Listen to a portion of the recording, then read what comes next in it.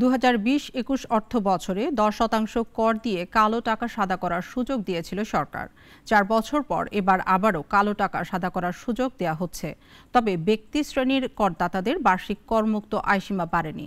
ব্যাংকে রাখা টাকার উপর আবগারি শুল্কের স্তর ও হারে পরিবর্তন আনা হয়েছে। রাশেদুল কাদিরের রিপোর্ট।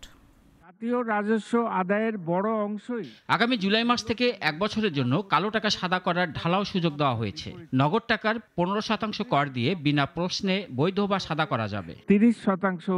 একইভাবে জমি, ফ্ল্যাট, অ্যাপার্টমেন্ট কিনেও এলাকাভেদে নির্দিষ্ট হারে কর দিয়ে টাকা সাদা করা যাবে।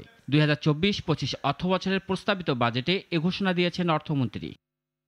ব্যক্তি শ্রেণীর করদাতাদের জন্য বার্ষিক করমুক্ত আয়সীমা 3.5 লাখ টাকা পর্যন্ত অপরিবর্তিত রাখার প্রস্তাব করেছেন অর্থমন্ত্রী আবুল হাসান মাহমুদ আলী। সর্বোচ্চ পর্যায়ে 30% হারে নতুন একটি করে স্তর তৈরি করার প্রস্তাব করেছেন অর্থমন্ত্রী।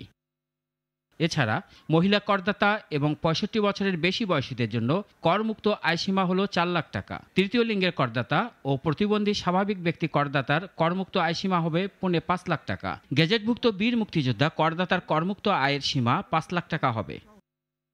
আবগারি শুল্ক বাড়ানোর ক্ষেত্রে বড় আমানতকারীদের গচ্ছিত টাকায় আবগারি শুল্ক বাড়ানো হয়েছে। বর্তমানে 1 লাখ টাকা পর্যন্ত ব্যাংক হিসাবের কোনো আবগারি শুল্ক দিতে হয় না। আবার 1 থেকে 5 লাখ টাকা পর্যন্ত 150 টাকা এবং 5 থেকে 10 লাখ টাকা পর্যন্ত 500 টাকা আবগারি শুল্ক দিতে হয়। এ দুটি স্তরে কোনো পরিবর্তন আসেনি। রাশেদুল কাদির, নাগরিক, ঢাকা। ওয়ালটন ফ্রিজ কিনে অনেকের মতো আপনিও হয়ে যেতে পারেন মিলেনিয়াল। সেরা পণ্যের সেরা অফার।